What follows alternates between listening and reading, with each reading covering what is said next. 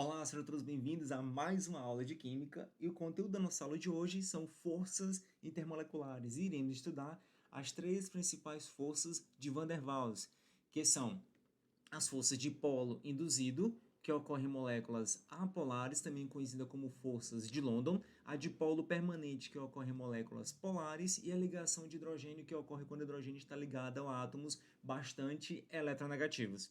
E vamos finalizar a aula com propriedades dos compostos covalentes, tem ponto de fusão e ponto de ebulição, fase de agregação, solubilidade, dureza, tenacidade e condutividade elétrica. Quer saber mais sobre isso? Então, chegue junto e vamos aprender forças intermoleculares e propriedades dos compostos covalentes.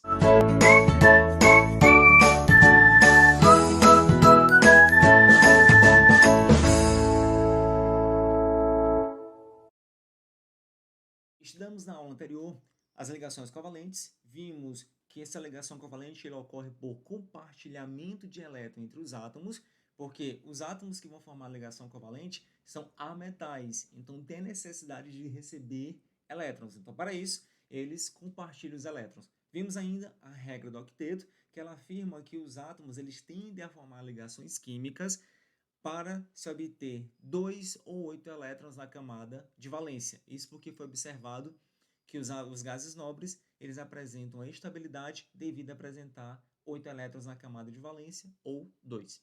Hoje são forças intermoleculares que iremos estudar, que são aquelas forças que mantêm coesas as moléculas de uma substância. E por que é importante ou interessante estudarmos esse conteúdo? É interessante ou importante porque eles explicam alguns fatos que acontecem no nosso cotidiano. Por exemplo, por que alguns insetos podem andar sobre a água? Tenho quase certeza que todos vocês já viram algum inseto caminhar sobre a água. Então, por que eles conseguem fazer isso? Ou ainda, por que a cola cola? Podemos ainda nos perguntar como se formam as bolhas de sabão. Ou ainda, por que o óleo se espalha uniformemente na superfície da água? Essas 4 perguntas e exemplos, elas podem ser respondidas quando nós estudamos forças intermoleculares. Então, vamos passar para a primeira força intermolecular da aula de hoje. Dipolo induzido ou forças de London. Esses tipos de forças, elas são de fraca intensidade, então elas são as mais fracas a que iremos estudar hoje, e ocorrem em moléculas apolares, ou entre átomos de gases nobres, quando estes se aproximam, porque no ato da aproximação entre dois átomos de gases nobres, ou outros átomos, vai ocorrer uma repulsão entre eles. Isso devido à proximidade das eletrosferas entre esses átomos que contêm partículas de cargas negativas, então tendem a se repelir. Por exemplo, as moléculas do gás hélio. Vamos ter como exemplo esses 3 átomos de hélio que estão se aproximando. Neste ato da aproximação, vai ocorrer uma repulsão elétrica devido aos elétrons de um átomo repelir os elétrons do outro. Mas chegará um momento em que os 2 elétrons de um átomo de hélio irão se localizar num lado do átomo, formando uma carga parcial negativa, e o lado oposto vai ficar com a carga parcial positiva. Com isso, ele vai induzir com que o átomo vizinho faça a mesma coisa. Vai promover a formação de uma carga parcial positiva e uma carga parcial negativa, que irá induzir o átomo vizinho a fazer a mesma coisa. Então, como é um processo em que um átomo vai induzir o outro, esse é chamado de dipolo induzido. Professor, mas eu estou com uma dúvida. O que é uma molécula apolar? Uma molécula apolar é aquela molécula que não apresenta polos. Mas como assim, professor? Da seguinte forma, vamos considerar o gás hidrogênio, o gás cloro e a molécula do dióxido de carbono, ou gás carbônico. Vamos analisar essas 3 moléculas. Observe que na molécula do gás hidrogênio, os 2 átomos são iguais, então eles apresentam a mesma eletronegatividade. E o que acontece com essa molécula? Esses elétrons que estão sendo compartilhados, eles vão ser puxados com a mesma intensidade por ambos os átomos. Este átomo de hidrogênio da direita vai puxar com certa intensidade, vamos chamar de vetor A, e este átomo da esquerda com o vetor B. Eles têm a mesma direção, porém sentidos opostos e a mesma intensidade. Então, significa dizer que o vetor resultante vai ser igual ao vetor A menos o vetor B, esse módulo, relembrando lá da física. Portanto, o vetor resultante vai ser igual a zero, o que implica dizer que não vai haver a formação de polos nessa molécula. Mas como assim polos? Como os elétrons eles vão ser distribuídos uniformemente entre esses átomos, então vão formar uma nuvem eletrônica homogênea. Então, vai ter uma nuvem que vai estar distribuída de maneira uniforme. No caso do cloro, a mesma coisa, vai ter um vetor resultante igual a zero. Isso significa dizer que os elétrons estão distribuídos de forma uniforme entre eles. E a mesma coisa acontece no caso do dióxido de carbono, porque o oxigênio ele é mais eletronegativo, então ele tem tendência a puxar esses elétrons para mais próximo dele, e a mesma coisa acontece com esse outro átomo de oxigênio. Como esses vetores têm a mesma intensidade e estão em sentidos opostos, significa dizer que o vetor resultante vai ser igual a zero. Então, a nuvem eletrônica ela vai ser distribuída de maneira uniforme nessa molécula. Como não há polos, essas moléculas são apolares. Voltando ao assunto, no dipolo induzido, essas forças de interação molecular formam o que chamamos de cristais moleculares. Por exemplo, tem esse dióxido de carbono na fase sólida e ainda o iodo sólido. Ambas as substâncias, por apresentarem essas fracas forças intermoleculares, elas sofrem sublimação. Por exemplo, para o dióxido de carbono, que é o CO2, ele forma esse tipo de cristais moleculares. Observe que em cada uma dessas arestas apresenta a molécula de dióxido de carbono. E essas fracas interações que ocorrem entre eles faz com que essa molécula ela sofra uma sublimação em condição ambiente. Por isso que ocorrem aquelas fumaças durante aquelas festas em que geralmente a gente frequenta. Um outro tipo de força termolecular é de polo permanente. Ela ocorre em moléculas que são polares. E ela é de intensidade média, ou seja, ela já é mais intensa do que a de polo induzido. Como exemplo, tem-se o HCl. O HCl é uma molécula de cloreto de hidrogênio, ela é uma molécula polar. Por que polar?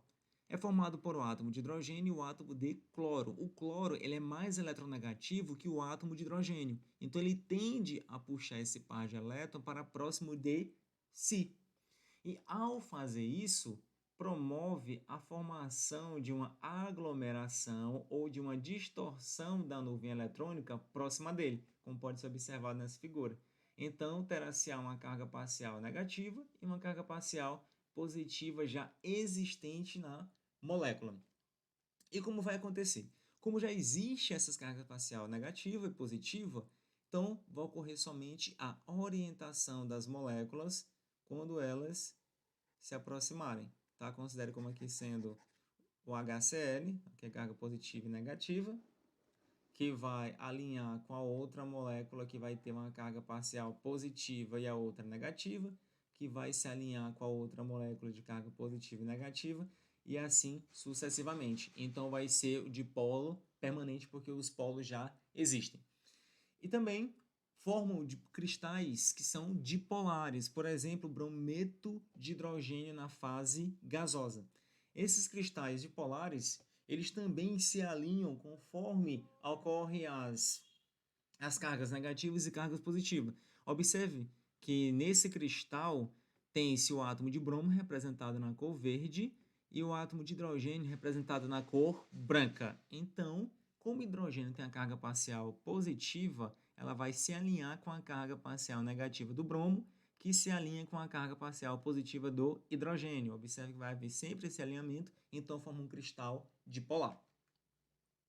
A última força intermolecular que iremos estudar hoje é a ligação de hidrogênio, que essas são forças de intensidade alta, ou seja, dentre essas três, ela é a mais intensa. E ocorre quando a molécula possui um átomo de hidrogênio ligado a átomos bastante eletronegativos, que no caso é o flúor, o oxigênio ou ainda o nitrogênio. Tá? Ocorre quando forma esse tipo de ligação. Exemplo, tem-se a água na fase líquida e a água na fase sólida. Vamos observar para a água na fase líquida. Observe que o átomo de hidrogênio ele vai interagir com o átomo de oxigênio. E esse átomo de oxigênio também interage com o átomo de hidrogênio de outra molécula vizinha, e esse átomo de hidrogênio dessa molécula interage com o oxigênio da molécula vizinha, e assim sucessivamente. Por que acontece essa interação? Observe aqui do lado direito. A molécula de água, observe que tem dois pares de elétrons não ligantes no átomo de oxigênio. Então, esses pares de elétrons não ligantes, eles podem interagir com o átomo de hidrogênio da molécula de água vizinha. Então, ocorre essa interação. Então, é exatamente essa interação que chamamos de ligação de hidrogênio. E essas forças intermoleculares podem ocorrer também com a água na fase sólida. Só que na fase sólida, observe que vai ter um formato hexagonal. E é exatamente esse formato que dá uma anomalia para a água, porque a maioria das substâncias, quando passa da fase líquida para a fase sólida, tendem a aumentar a densidade. Já a água ocorre o contrário, a densidade não aumenta, a densidade faz diminuir. E é por isso que o gelo flutua, por exemplo, na água.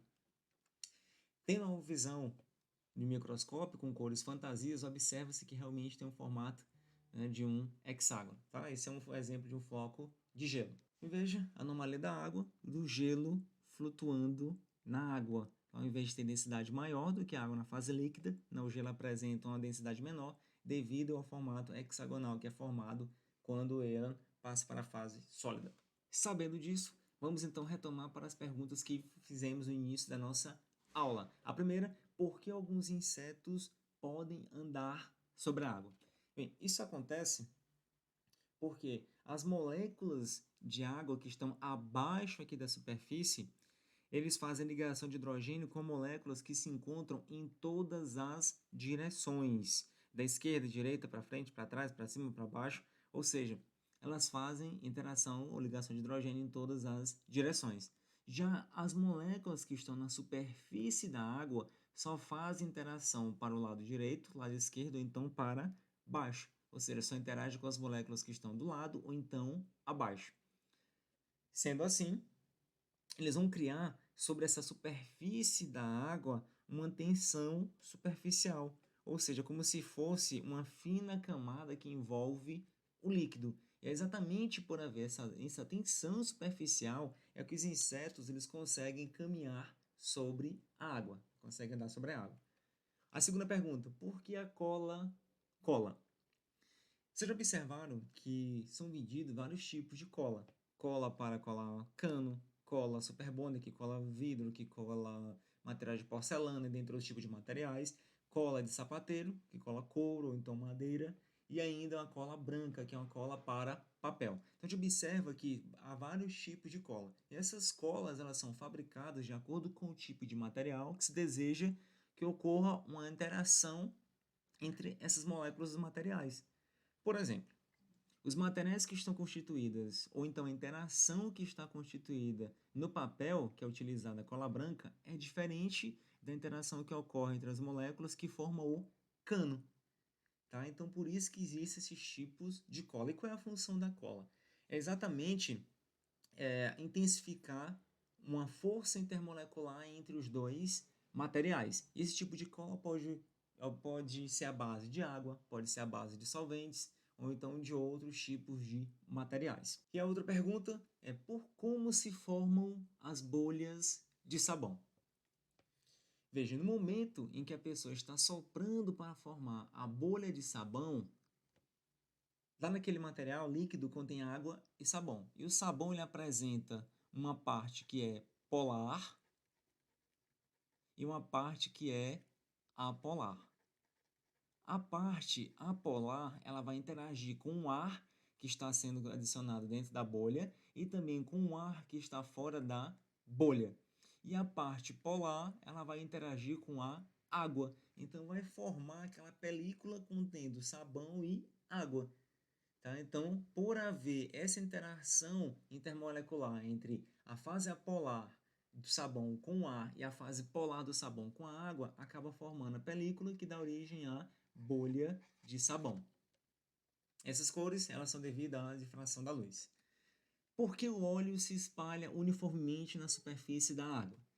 Bem, o óleo, quando está em contato somente com o ar, ele vai ter a tendência a ter um formato esférico. E esse formato esférico, ele vai ser devido à tensão superficial do óleo, que vai fazer com que a quantidade mínima de moléculas esteja em contato com o ar. Então, vai ter esse formato esférico devido a essa tensão superficial.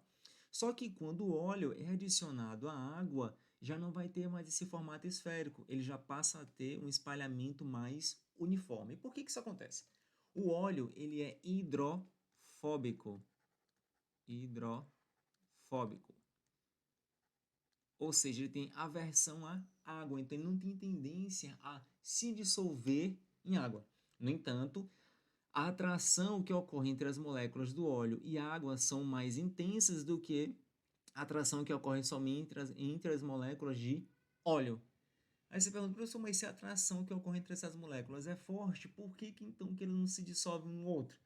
Eles não se dissolvem porque não vai ter uma afinidade química, porém, não vai ter uma afinidade, desculpa, não vai ter uma afinidade entre as moléculas, né, porque o do óleo é apolar e da água é polar, mas como as forças de atração entre elas são intensas, então o óleo tende a se espalhar de forma uniforme na superfície da água. Então, a água tende a quebrar essa tensão superficial da molécula do óleo, ou das moléculas do óleo. Propriedades compostos covalentes. As propriedades dos compostos covalentes que vamos estudar são, primeiro, ponto de fusão e de ebulição. Observando nesse quadro, tem-se diversas substâncias, o propano, o cloro, o bromo, o iodo, o brometo de hidrogênio, o metanal, a água, o diamante, as respectivas massas molares, com exceção do diamante, que é indeterminada, porque tem uma quantidade muito grande de átomos de carbono. E tem-se a força intermolecular do propano de polo induzido, cloro de polo induzido, bromo de polo induzido, iodo de polo induzido, brometo de hidrogênio de polo permanente, metanal de polo permanente, a água é ligação de hidrogênio e o diamante é uma macromolécula. E tem-se os respectivos pontos de fusão e de ebulição. Mas o que a gente pode analisar ou observar de interessante neste quadro? É que, se formos utilizar somente essas substâncias que apresentam força do tipo de polo induzido, vamos observar que, à medida que a massa molar aumenta, o ponto de fusão também tende ao aumento. Mesma coisa acontece com o ponto de ebulição. Vejo que tem menor massa molar o propano, então ele vai ter menor ponto de fusão e de ebulição, e o iodo, que tem maior massa molar, vai ter os maiores pontos de fusão e de ebulição. Outro fato interessante que a gente pode observar aqui na tabela é a comparação entre os pontos de fusão e de ebulição do tipo de força intermolecular. O que a gente pode observar?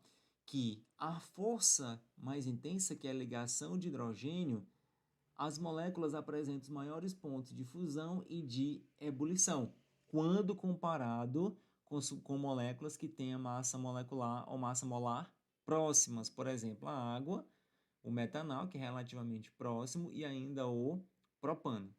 Tá? Então, a gente pode concluir que as forças de ligação de hidrogênio são mais intensas do que a de polo permanente, que são mais intensas do que a de polo induzido. Quanto à fase de agregação, quanto maior for a massa molar e quanto mais intensas forem as forças intermoleculares, maior vai ser a tendência da substância se encontrar na fase sólida em condições ambientes e vice-versa. Por exemplo, em temperatura ambiente tem-se algumas substâncias na fase sólida, a sacarose, que é conhecida também como açúcar comum, açúcar de mesa, a sílica, o diamante, que todos vocês têm em casa, e o grafite, que a gente usa quando queremos escrever algo no papel. Fase líquida tem-se a água, o etanol e a acetona. Então, a acetona que é vendida comercialmente é uma mistura de acetona com água. E na fase gasosa tem-se o gás hidrogênio, o gás cloro, que tem a coloração meio esverdeada, um verde amarelado, e ainda o gás bromo, que tem aqui essa cor castanho, que está aqui em cima, que está o bromo líquido. A outra propriedade dos compostos covalentes é com relação à solubilidade, que, em geral, os compostos covalentes que são formados por moléculas polares, eles tendem a serem solúveis em solventes polares. E as moléculas que são apolares tendem a ser solúveis em solventes que sejam apolares. Isso é uma tendência, claro que há algumas exceções, né? Exemplos: a água e o tetracloreto de carbono. O tetracloreto de carbono é uma molécula apolar e a água é uma molécula polar. Então veja que eles não vão ter essa tendência a se dissolver um no outro. E a água, como tem densidade menor, fica na superfície do tetracloreto de carbono. Neste outro exemplo, tem-se o iodo, que é a molécula apolar, e o tetracloreto de carbono, que também é apolar. Então, eles formam uma solução. Então, eles tendem a se dissolver um no outro. Um outro exemplo tem-se o álcool 70, que é o álcool que está na moda atualmente devido à pandemia. No álcool 70, ele é formado por uma mistura de água e etanol. E é 70% porque, se for em graus Gay-Lussac, corresponde a 70 ml a cada 100 ml desse álcool tem 70 ml de etanol e 30 ml de água. Tá? Então veja que forma uma mistura homogênea, porque tanto a água quanto o etanol, eles são polares. E a outra comparação é quando tem essa mistura de óleo e água. Preste bem atenção, pessoal. Eu gosto muito de fazer essa pergunta, a maioria dos estudantes tendem a errar ou a se equivocar. Água e óleo se misturam? Sim, se misturam. Tá aqui, ó. Estão misturados. Só que eles não são solúveis um no outro, ou seja, eles não são miscíveis entre si. Então aqui tem uma mistura heterogênea. O óleo tem um caráter apolar e a água tem um caráter polar. Então eles não têm tendência a se dissolver por isso. Quanto à dureza, relembrando o conceito que vimos lá no início do nosso curso de Química Geral, que é a resistência que o material apresenta ou oferece ao ser riscado por outro material. E na dureza, o mineral, na escala de Mohs, vamos ver já já, o mineral de maior dureza risca o mineral de menor dureza. E o mineral que é riscado, que é o de menor dureza, ele deixa o seu traço sobre o mineral que o risca, ou seja, o de maior dureza. Podemos observar então essa escala de Mohs, que vai de 1 a 10 para esses materiais, onde o talco, que tem a dureza 1, é o menos duro, e o diamante, que tem a dureza 10, ele é o mais duro, então ele é o mais duro da natureza. Então significa dizer que o diamante, ele consegue riscar o corídon, o topázio, o quartzo, o ortoclásio, a apatita, o fluorita, a calcita, gipsita e talco. Então ele consegue riscar quaisquer um desses outros minerais. E a dureza ela também é interessante porque consegue explicar por que a gente consegue riscar um papel.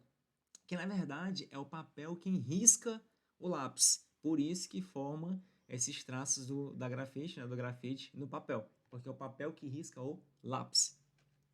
Tenacidade. A tenacidade é uma resistência que o material apresenta ao choque mecânico, ou seja, quando o material é submetido a um impacto. Então, embora o diamante seja um mineral ou um dos minerais mais duros da natureza, ele apresenta baixa tenacidade, ou seja, por um forte impacto ele tende a quebrar.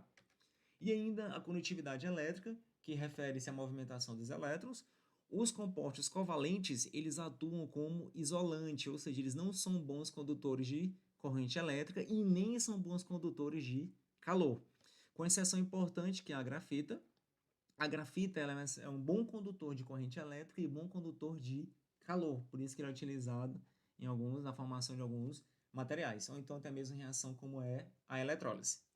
Então, pessoal, vamos finalizar nossa aula de hoje com a seguinte frase: o melhor de cada pessoa acontece na hora que cada um se conhece de verdade. Não aguarde pela sorte. Estude. Estude-se. Ou seja, para que a gente se obtenha sucesso, ou que a gente possa dar o melhor da gente, é necessário que a gente se conheça. Ninguém conhece melhor a gente do que nós mesmos. Nós que sabemos dos limites que nós mesmos impomos e dos limites que podemos romper para nos tornarmos cada vez melhor e ainda obter um sucesso pessoal e profissional, devemos nos estudar, nos conhecer mais profundamente. Tá? Então, Reflitam com essa frase, sobre essa frase, leiam novamente mais tarde ou quando for assistir novamente. E muito obrigado pela aula de hoje. Um grande abraço e até a nossa próxima aula. Tchau, tchau.